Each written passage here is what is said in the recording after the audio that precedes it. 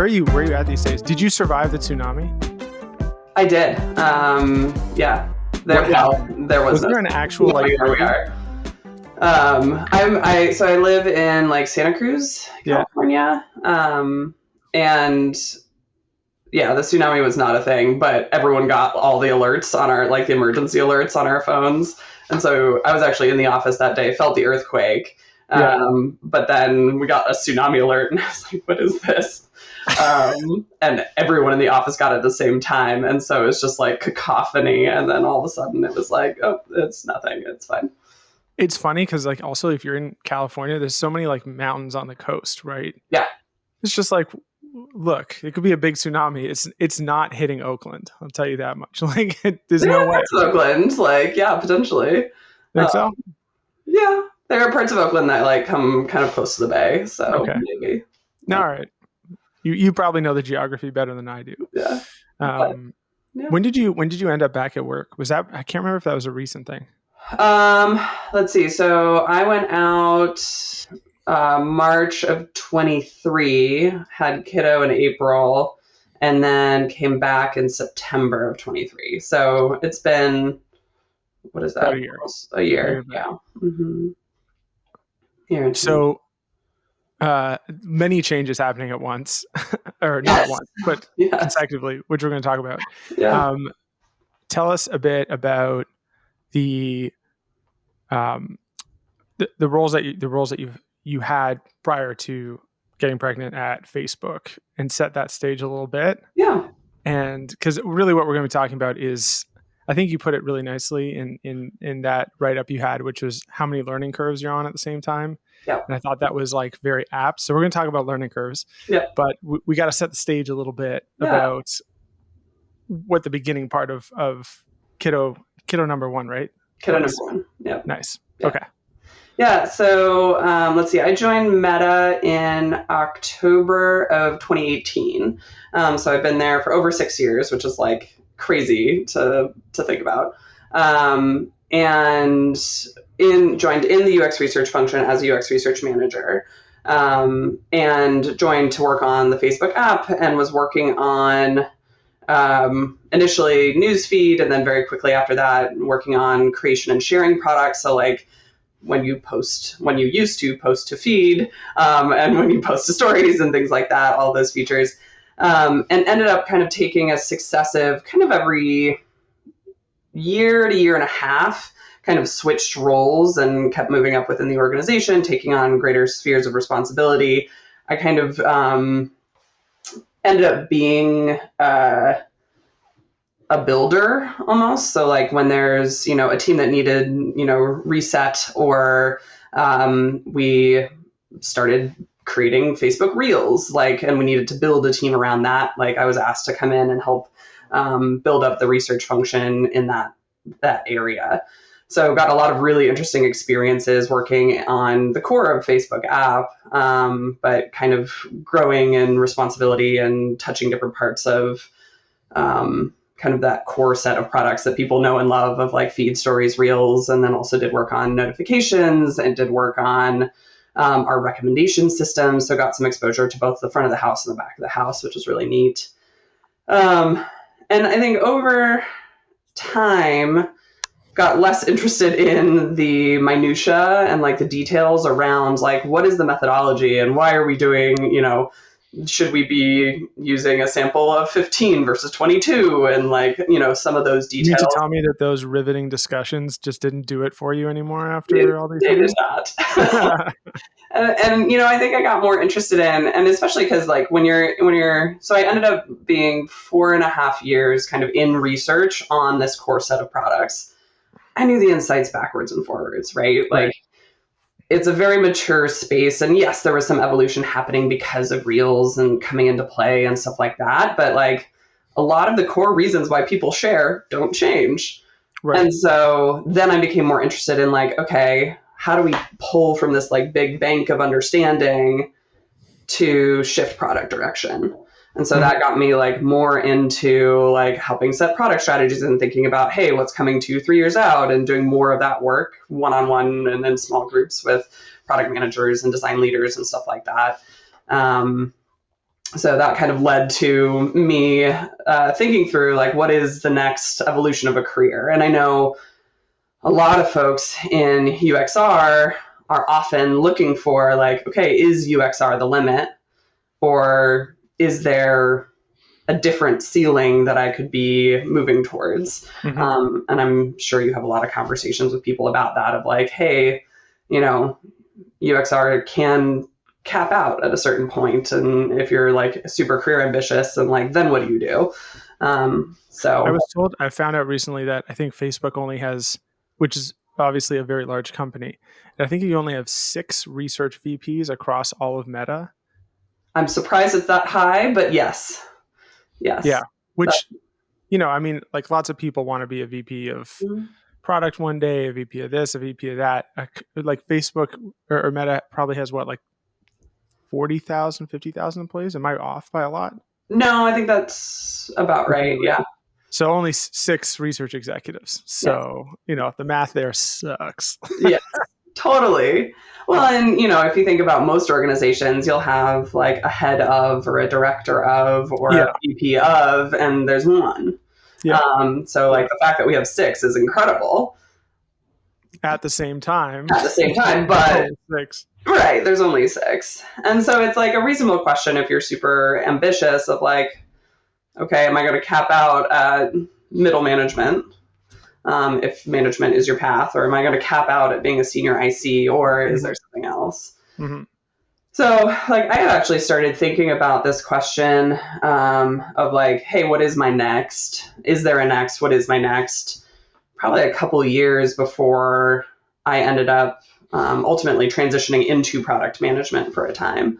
Hmm. Um, and I think, there's the beautiful thing about research is like you have so many different universal skills that you can take that basically anywhere.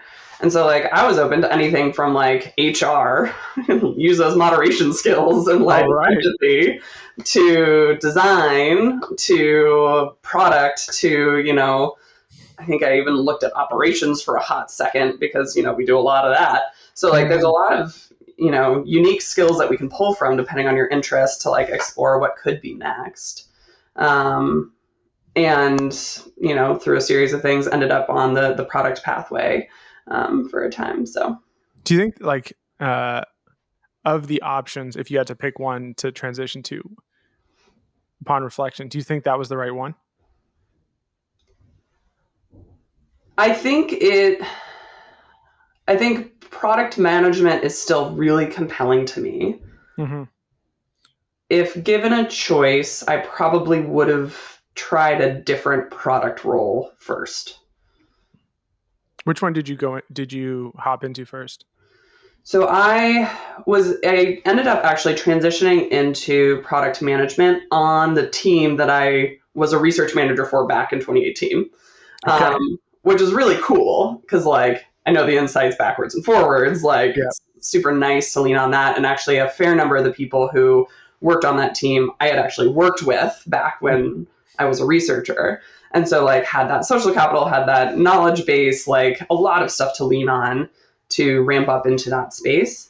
Um, but there are inherent challenges of like coming into a mature product and having, at least for me, I found it challenging to feel like we could be innovative on a surface that's been around for 12, 14 years, hard to like really lean into kind of different ways that we could measure success, and like have really hard conversations with leaders about like, hey, are we using the right definition of success? Yeah. Do we need to pivot that to open up some new avenues for innovation? And like, there's we have some changing leadership and stuff like that. And I think if I did it again, going to a space that was more either 0 to 1 or a little bit more nascent, I think I could probably actually leverage my insights background more Yeah. because there's kind of more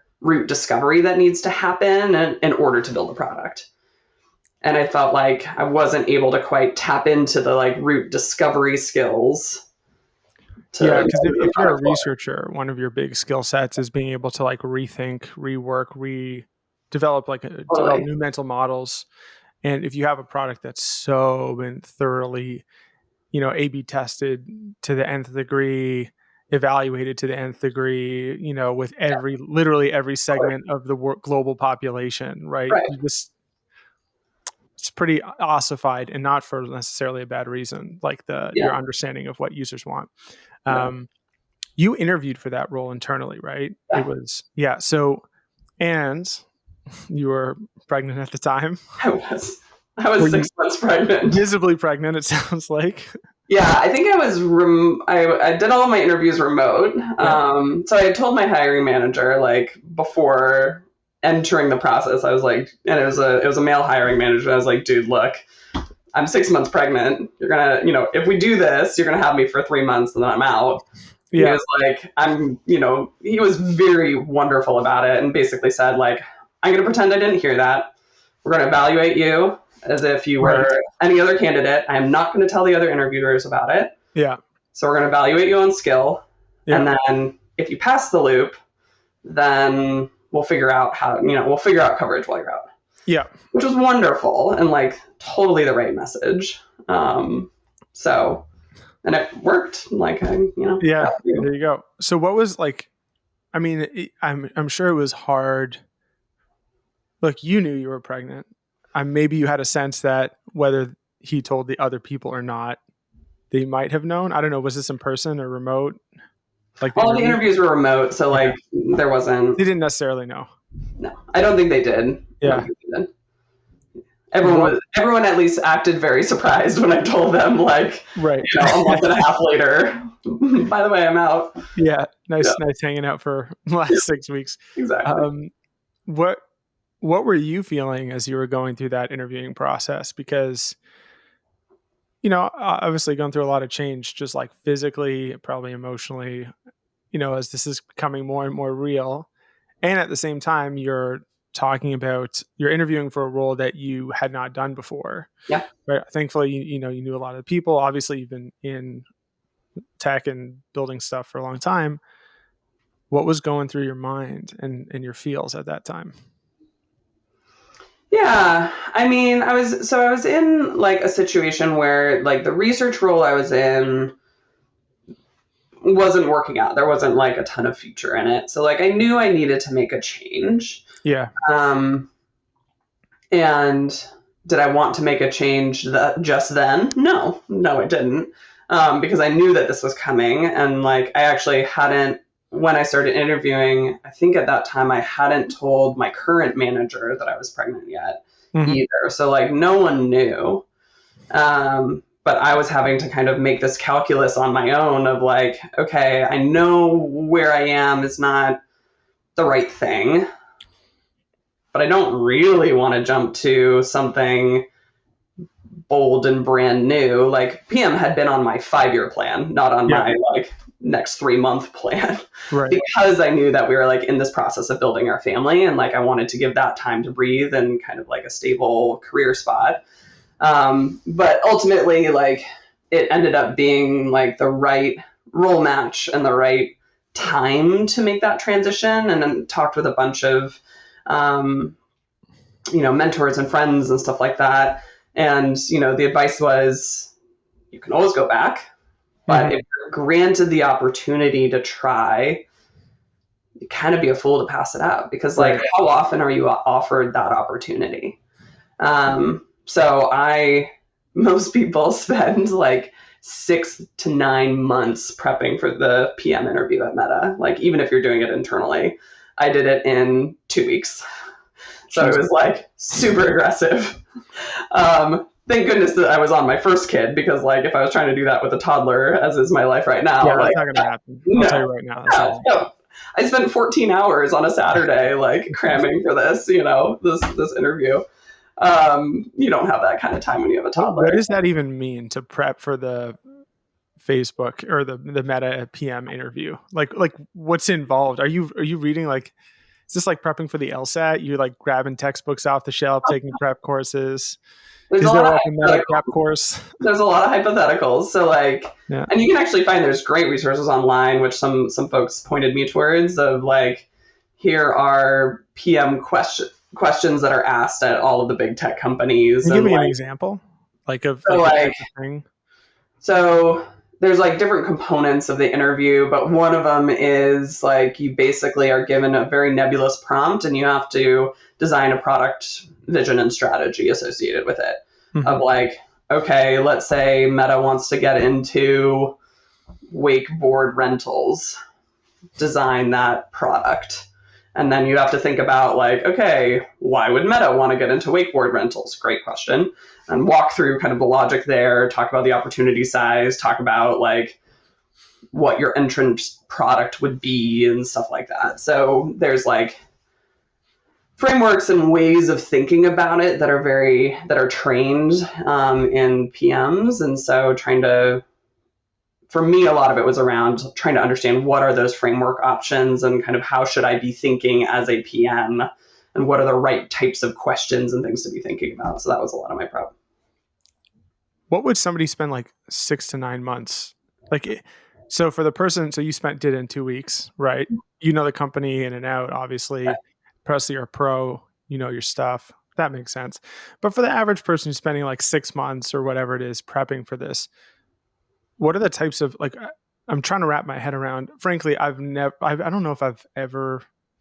Most of the jobs I've had, I've got taken the back door, not the front door. Let's say I haven't been very successful at like applying for jobs online. Let's say um, there's a lesson in there for me about who I am somehow. I don't really want to explore that anytime ever, but there's something there. Anyway, what is actually involved in that kind of prep work almost? Yeah, it's hard for me to fathom what one would do. Honestly, I'm not entirely sure because I Yeah. also kind of have it's not entirely backdoor, but like, side door entrance in a lot of my career moves. Yeah. Um, I think some people get like basically internships or externships like within the company. So they like partner with a PM to really learn the craft on the ground Mhm. and do that for 6 months. A lot of people will spend months and months and months practicing and doing practice interviews with people and like really going deep in it. I think there's a lot of insecurity because if you don't pass the loop for the first time, you can't re-interview for I think a year. It's either Oh six wow. months or a year. So it's like if you're going to make the leap, you want to make sure you pass it. Yeah. And I had the luxury of like I already had a decent job. It wasn't the right long-term thing for me, but like I had a fallback that I was okay with. So I was like YOLOing it. And basically it was like, hey, I've got X amount of time before I go out and leave and before they want to close this role. Like Yeah. I'm just going to do it and see what happens. Yeah. Um, so you end up obviously you got the role, which is And then, woo. Um, and then things were hard, right? I yeah, think. yeah, So I would love to unpack that hard a little bit and yeah. get some great, um, I guess, metaphors for how you reflect back on that and how you think about um, the moving ahead. How did it get hard? What were the things that you were feeling? Right, new babies come in, new role, all that stuff. Yeah. I mean, I think several situational things kind of compounded on each other about the role, on top of having to like go through this crazy identity shift and like figuring out what does parenthood mean to you and like how do you want to show up as a parent and working through the like who takes the kid on which nights so that you can make sure you're rested for the next morning and like all the logistics of being a parent, like on top of all of this. But I was kind of set up in a team and a role that I thought was pretty well suited to my strength areas Mhm. and stuff like that. Kind of in the 3 months before I went out, had a great time, like kind of getting the org rejiggered and feeling good about where like helping set the strategy for the next half or kind of the next quarter, I guess, at that point. Went out on leave. And while I was out on leave, the organization shifted. That was right around the time of some of the layoffs that were happening at Meta and stuff like that. And so when I came back, the role that I came back to was actually different than the role that I had joined for. So like that was one complicating factor. I also like didn't have a re-onboarding period because there was the products that I was working on 5 days after I got back from leave went into something we call at Meta a lockdown. But basically, it was like a 4 month sprint, all hands on deck to ship something before the end of the year. And so, like, there was no What like, is a lockdown? Like, it's can just you like it's just like an intense focus period, and it's like a name that people give to like give basically engineers permission to say no to attending meetings so that they can focus on coding. That's all it is. okay? But it, I've heard some stuff relating to. I don't know if it's a lockdown where I've heard of some stories where people are like, "Cool, we're like we're not." I don't know if it was at Meta, but basically, we're not doing anything like seeing our families for in it on was for the it wasn't that. weekend, like crazy stuff because this thing is shipping in 10 weeks or Yeah, whatever. yeah, yeah. It wasn't that bad, but it was like intense period of focus. Yeah. And so I went from like, spending my days keeping my kid alive to like trying to figure out what is this new team, what is this new role that am coming into, what is this product that we're building and shipping in the next, because I got back in September. So in the next 3 months, like, what is this? How do I contribute? Like, what does this mean? How does it all work? And it was a pretty complex cross organizational product. And so, or cross team product, I should say. And so like meeting and coordinating with all of them. And so like, I had to really hit the ground running and didn't really have a lot of time to relearn how to work.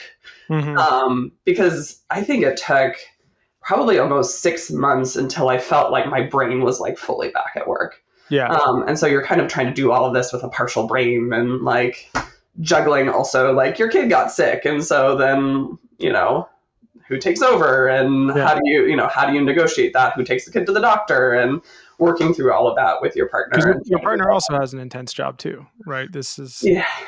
Yeah. My husband and that I, so, that size is like 1,000 words right there. I mean, my husband has an amazing job. He leads semi truck development for Tesla. Sounds super easy. And by Super that I mean easy. the opposite of easy. Well, and I think like through all of this experience, like I ended up seeing an Instagram reel of this person talking about how in their family they have a deal where you you don't have two big jobs at once. And that doesn't mean like high paying jobs. It doesn't mean like, you know, more important jobs. It's just like a job that demands a lot of time and attention. Like as a partnership, they have a rule that only one person can have a big job at a time. Yeah. And I understand why now. Like, Mm-hmm. when we both had a big job, we didn't have a lot of stretch in our family's rubber band. Like, we didn't have a lot, there was no give. And so if something went wrong, like, it Yeah. was stressful. Like, it was hard. It was like, we weren't showing up as the best partners for each other. Like, I felt like we weren't really showing up well for our kid. And like, he's 8, 10 months old. He's not really going to know the difference, but like, Right. it didn't feel good.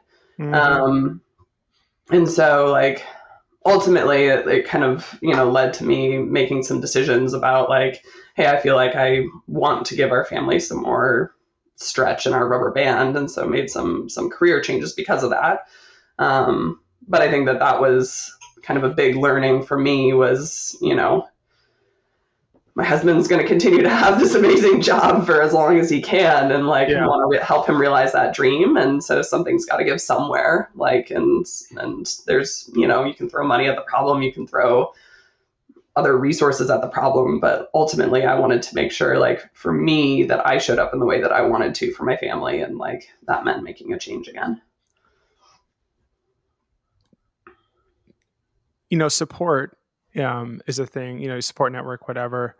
Um, nanny, family, all that stuff. Yeah. I think you have family locally, right? They're 3 hours away, Okay, 3 hour I drive. take So that it's back. like semi-local. Like they try. My family's 2 hours away, and I promise you that's not local enough. My family's amazing, and my husband's family will fly out. They're based in Michigan. They'll Yeah, get on a plane. So they try and help, but like the it's tough. midweek kid needs to go to the doctor, like, or the nanny calls in sick. You got to figure it out, and like you need a little bit of give somewhere if you don't have family that's down the street. Yeah. How did you personally feel? Because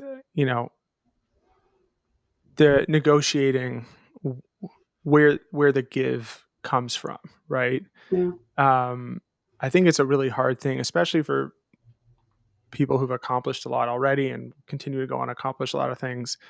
It's a new kind of pull on yourself. And yeah, also on top of that, at least from my experience, the interest in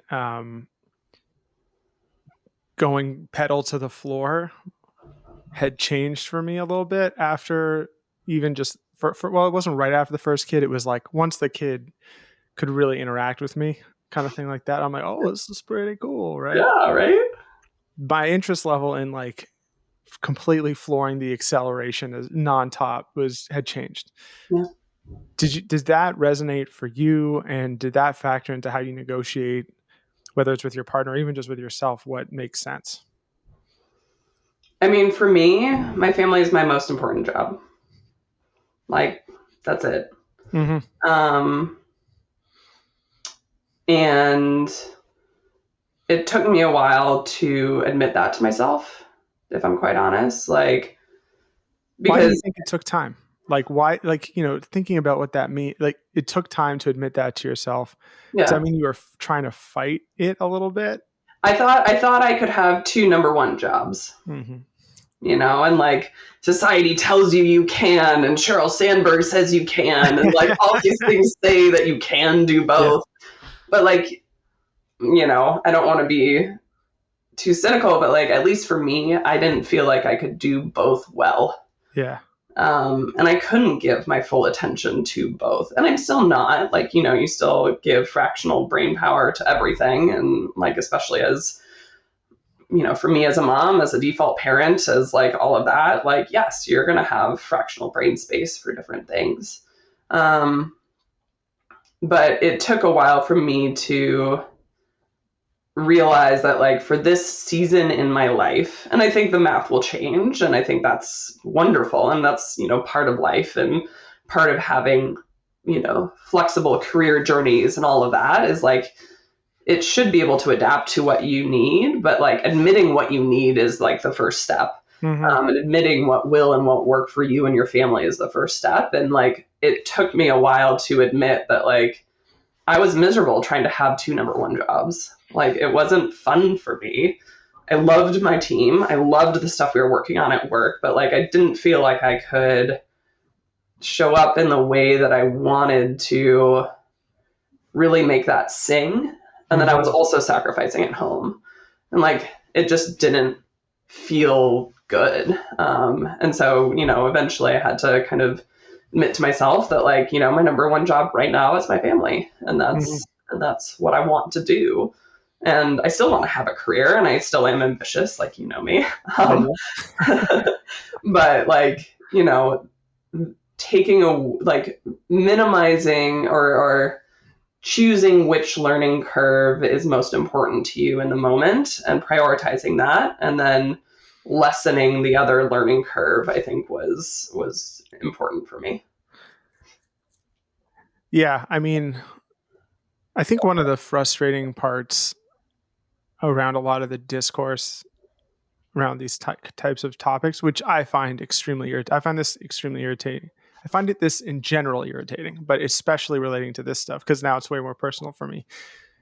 And it's usually talked about in the context of women, but I don't think it's only true for women. I think it's Yeah, true for everyone, which is this concept of, in air quotes, you can have it all. It's like, look, there's literally yeah, only 24 hours in the day. If right. you allocate the hour to whatever, You can't reallocate it somewhere else. It's just not possible. And so, even take family out of it, take kids out of it altogether. If you allocate 100% to work, you are by definition allocating 0% to friends, right? And that for some people is fine, right? That is a choice that you can make. But there's only so much time, and I feel like when we're not honest with people, we end up setting an expectation, or saying that this is like the default should be you can do everything in the Right. 24 hours that are, which is just, it's not true. Yeah, Um, I agree with and that. it's better for us to be honest about it. It's like, not everybody, like if you take it back to kids, not everybody's going to have the same level of involvement in their kids. Obviously there's different physical requirements in many cases for, for different parents. I'd say Maggie works harder to produce the babies than I do in our relationship.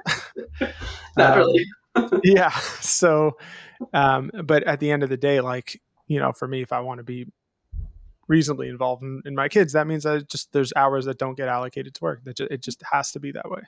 Yeah. Um, but it's hard when for the last 15 years, wasn't like whose book was, someone wrote a book, it's like you could Sheryl have it all. Sandberg wrote Lean In. Yes. I Man, know. like I know it's And the well thing, like, intended. I think it's a wonderful aaspiration, but you Yeah. have to remember Sheryl Sandberg has a staff. Yeah. She has 24-hour care for her family. 100%. And she was in, a position of power where I don't know her personally, but like maybe she was able to make different types of calls in terms of like how she spends her time, how much time she spends on things than, a middle manager is able to do. Yeah. So I also could be completely wrong about this. I don't actually know for sure. yeah, I could totally see anybody who's been in a position like hers just being like, you're so fucking naive for saying this. But like, there is I'm assuming, a different level of control that you have over your life when you're at that level of an organization, whether you're the my son's founder, small. Yeah. like, you know, if you're at that, you could probably text your colleagues and be like, kid's sick, sorry, we got to kick this meeting, I'm sorry, because you're the leader. Things kind of work on your schedule a lot more. And you can even, in some cases, if you're that good and you're that in demand, you could very well negotiate with your colleagues that, listen, there's going to be times where I'm going to punt things and you're not going to want me to because this is a priority matter. But most people don't have that kind of power to do that. Yeah. I mean, that's my assumption as well. I don't actually know. Yeah. And I will say, like, I've seen like my sister, I've seen my husband, I've seen a number of other people go through kind of having kids and being parents in different tech companies. And like Meta on the whole is very understanding. If kid is sick, you have to go out. Mhm. Like generally at any level, very understanding of that.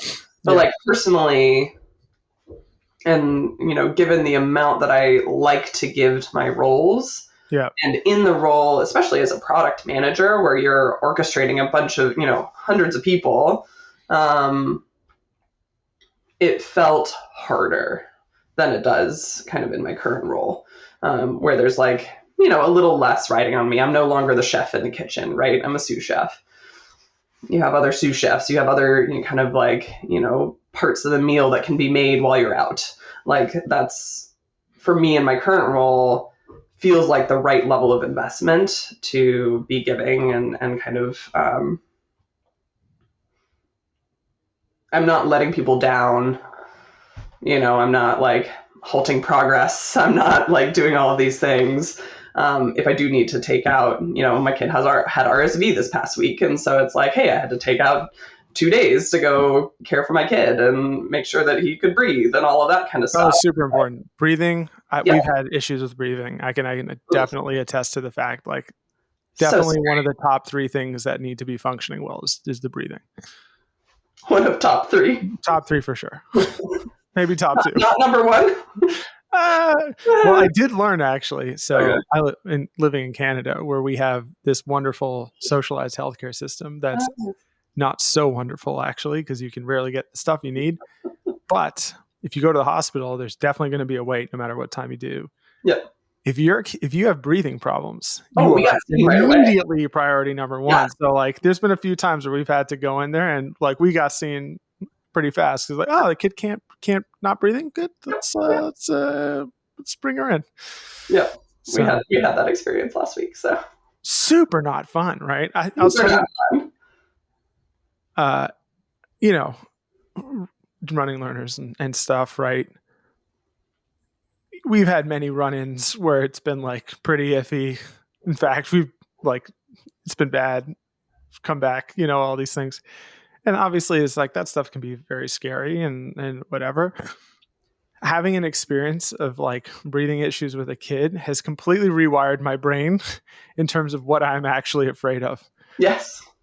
I don't like, Totally. if someone's like, if something happened where let's hopefully this never happens, someone's like, I'm going to sue your company for everything, blah, blah, blah, destroy it. I'm like, that's very, very shitty and it's very bad. But Not the worst thing. I've seen I've worse. seen Like, totally. yeah, Totally. like that just clear levels you into a whole new level of desperation and fear. Yeah. Yeah. It's funny how that happens. I don't know, like the on the career stuff. Like the one thing I wonder about. I wonder what your thoughts are. Is Yeah. there's when you think about time with family, Mm-hmm. right? There's time. There's the one aspect of it, which is I like this kid. I want to spend time Mm-hmm. with this kid. And then there's the other aspect of I am responsible for this kid. Maybe they're not seeing enough of me. So it's like this part of it comes from guilt. And then part of it is, just like genuine desire to be with. And that, how do you think those two things factor into an ultimate decision of like, I'm going to arrange my life this way or that way? I mean, I think they're both at play. Um, I love my kid. He's so cool. Like he's just fun. He's like great to hang out How with. old is Like he? He's like, was it a year or something? he's almost 2. He's Oh my God. 3 months. Yeah, I know, right? Yeah. My son is now a year and a half. And just like in the last 3 months became the most fun human being of all time. Just Yeah. Like he's starting to rambunctious. talk and like he's Totally. like saying all these funny things and Yeah. like dragging you over to play with whatever and like has a little personality and it's like it's so cool to watch him develop. Yeah. But at the same time, you also have like, and yay, social media, like, there's all these things of like, oh, you should be doing all these enriching, programming for your kid. And like, if you're not doing Elf on a Shelf, then you're a terrible parent. And like, all of that kind of stuff too. So like, I think it's interesting, like Lean In was a lot about, you can do it both. And I think culture has progressed of like, it's not just enough to be there and make sure your kid is safe and healthy and fed and all of that kind of stuff. Like now the expectation, at least in the US, is like you're also providing education and structure and, age appropriate activities and like all of that kind of stuff. And so that pressure is building as well. And so like there's like this really interesting you should be everything at work and you should also give the same dedication and amount of Yeah. thought and planning and all of that to raising your kid as well. I, I think that stuff, it's funny because that stuff is completely ahistorical. Never in the Right. history of our species Right. has there been like, how many instruments does your 4-year-old play? That's just never been a thing. This is like I think a millennial generation thing where like the boomers, when it's like kick them outside till 8 o'clock. Hopefully they come back in one piece. Let them run Right. down by the ravine. Don't jump into the Yeah. river near the electric station. It'd Yeah. be bad if you did, right? But natural Imagine selection, dark. why Yeah. Yeah. not? Like that stuff's all new, and I'm super not here for it. Yeah. I think like the base level stuff is actually pretty great if we just focus on like, food, shelter, love, whatever. Yeah. I think you get an A- score just for crushing those like four things. You want them to learn piano, like okay, cool, you get some points for that. But I don't know. I think it's too much. I think it is too much. I still like, I like doing like my hobbies are arts and crafts and cooking and baking. Like I love doing those things. So it's fun Yeah. to do with a kid. And so like, I get interested in that because that's also like I have an affinity for it based on my own personal interests. But like, I don't know, the message of societal pressure to be everything for your child is like insane on top of everything else. Years before I had a kid, I was talking with somebody who had already had two. She's really cool. She was most recently, I think she's working for an AI company now, but she's at, I don't know if you know Meta Lab up in Vancouver, but they're like a well Yeah. known, yeah, design and product studio thing. And she decided to like move to like the mountains in BC because she wanted to do like more hiking and camping and all that sort of stuff. I'm like, man, how do you do that with two kids? That must be really like that sounds impossible. And she's like, listen, these kids, it's their job to fit into my lifestyle, not me to fit into their lifestyle. I'm like, whoa, That's great. oh, okay. Yeah. I didn't know that that was an option. Yep. Yeah, I follow a lot of like, actually in Canada, there's a really great um, mom group that take their kids backpacking.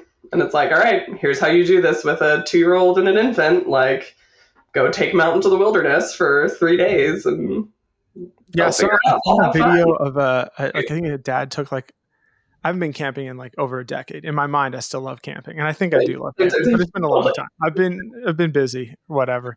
Yeah, But this guy took his like I don't know, maybe a 6 year old out camping overnight for a few things, and they did like a I guess TikTok or Instagram video about it, and it looked like the best time. I'm like right? that actually looks kind of cool. Yeah. I'm too tired, but that looks really cool.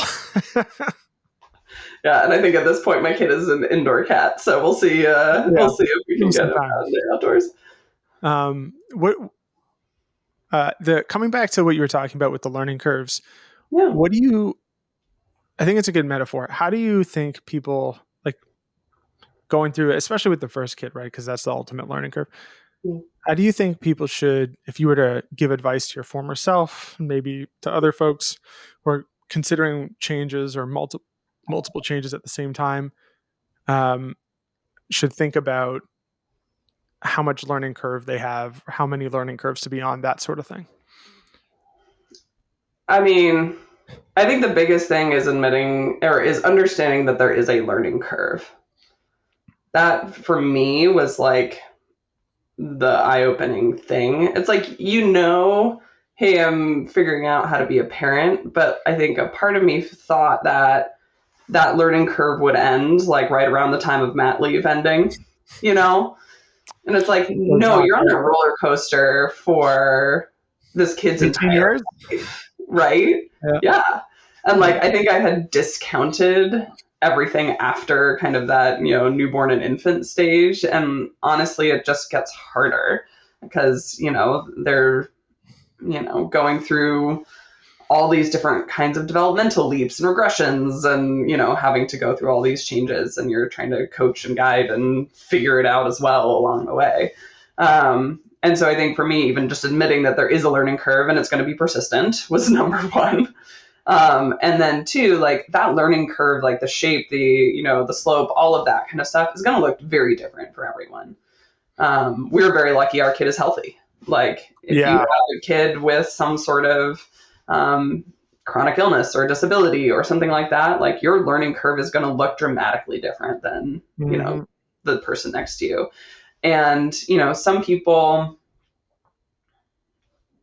people love their kids, but, are for whatever reason either choosing or they don't see it to be as steep of a learning curve as other people do. And like, that's fine too. And so I think it's figuring out like how big is your learning curve, I think is the hardest thing. Um, and I think that, it changes and it evolves and stuff like that. But I think admitting that there is a learning curve and it doesn't stop when mat leave or pat leave ends, like that's step number one. And then trying to assess for yourself, like how much are you learning? How much time and like energy or do you feel like you're putting into it? I think is the biggest thing. And then trying to balance that with kind of whatever else is happening in your life. I love that.